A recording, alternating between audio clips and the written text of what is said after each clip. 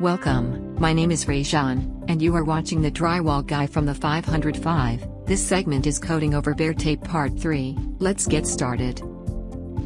Normally when you come to a butt joint like this, you would have to coat it out quite far, which would cause a bit of a lump in the wall to be able to hide this joint. But covered in our Series 1 pre-rock and drywall installation, we show you how to take care of this problem and cause this butt joint to become a recessed joint. It allows you to have a much flatter and straighter wall.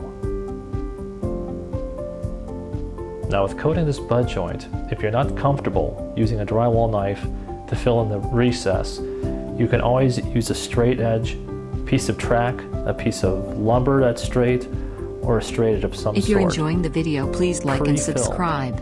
The joint and ring the notification bell. Please leave a comment below. It helps the algorithm and lets us know what other video topics you would like to see.